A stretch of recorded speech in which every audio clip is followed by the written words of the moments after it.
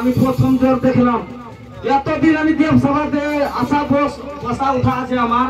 কোনদিন দেবকে কোনদিন জ্বর আসেনি আজকে প্রথম দেখেছি জ্বর ধরেছে হতে পারে পূর্ব পাশিয়া উত্তর পাখনা হাওয়া চলছে হতে পারে বেমার তবে দাদা হ্যাঁ বলো বলো তুমি আমার কাছে কিসের জন্য এসেছো তোমাকে দিদি ডেকেছে মামা মামা সবার ভেতরে শোনাও গো দাদা বলি গো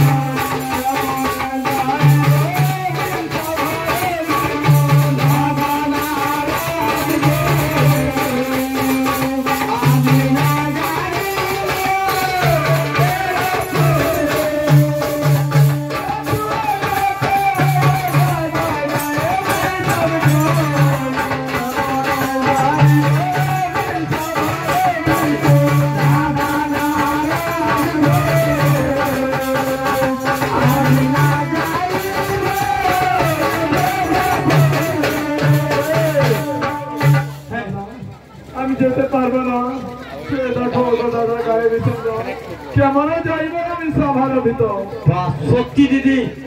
বাপরে বাপ এমন জ্বর আছে শরীর আগুনের মতন টিপে আছে এখন যদি একটা হাঁড়ি চাপিয়ে দিব রান্না হয়ে যাবে ভাত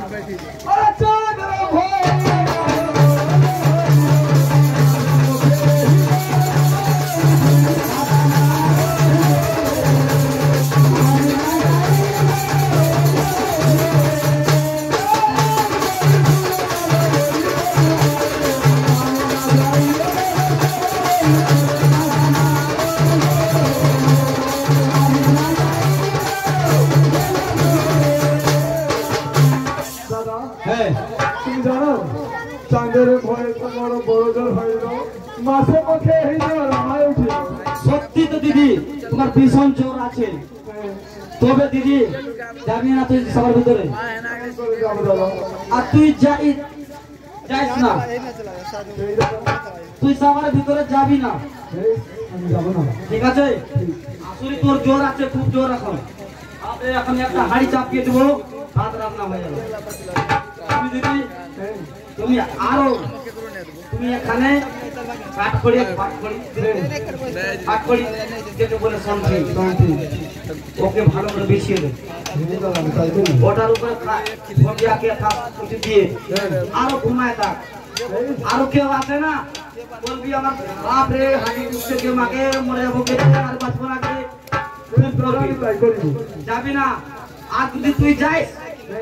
সবার ভিতরে জানিস বড় যাবো না সবার ভিতরে ঠিক আছে আর যদি তোর ভালো জোর যা আছে তুই ভাবিস যদি কি ভালো করে ঠিক হয়ে যায় তাহলে আমি ওষুধ বলবো বলো কি ওষুধ আছে বলো যত আছে তোর মেলায় আমি জানি দিদি একটা বাত শুনো শুনো গো দিদি বলি গো তোমারে ইয়ে তো কথা বলি আমি তোমারে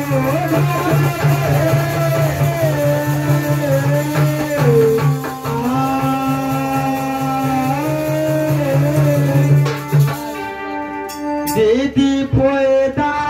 গো আমি বলি তোমারে গো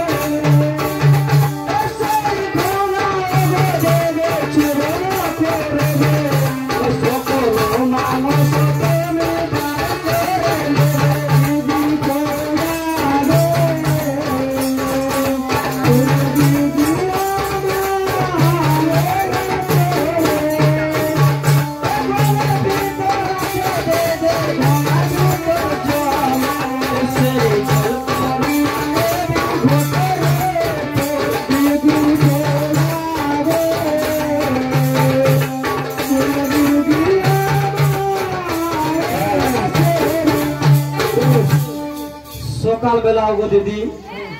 পোখর ঘাটে যাবি পোখর ঘাটে যেয়ে দেখবি ঘোঙা সব উপরে উঠে থাকে সব ঘোঙা পুড়িয়ে দিদি খয়চা করে নিবি খয়চা করে দিদি তুমি বাড়ি নিয়ে চলে আসবি সেই করবি কি সেই ঘোঙা চূর্ণ করে মাংস বের করবি আর যতগুলা জল আছে সব ঘটিতে করে নিবি তবে জানিস মাংস তুমি ভাইজে নেবে মশলা দিয়ে ভাইজে একটা থালা করে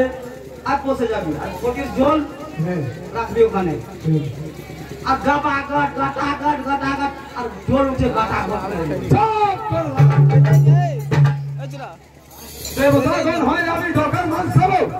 তবে তুমি কেমন করে বলছো কি মা তুমি দেব হয়তো চোর হয়ে গেছে হয়েছে তো আমি কি করবো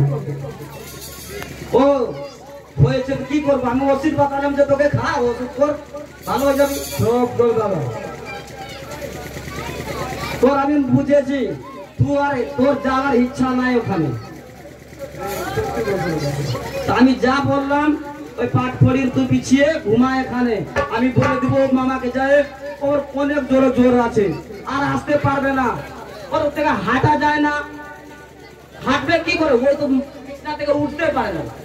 দাদা তুমি যাও আমি যেতে পারবো না আমি ট্রাই করবো যে কথা তুমি বলছো হ্যাঁ তুই পাট ফড়ি বিছিয়ে দে আর ঘুমা কেউ আসবে ওকে মাগে মরে যাবো গে থাকবি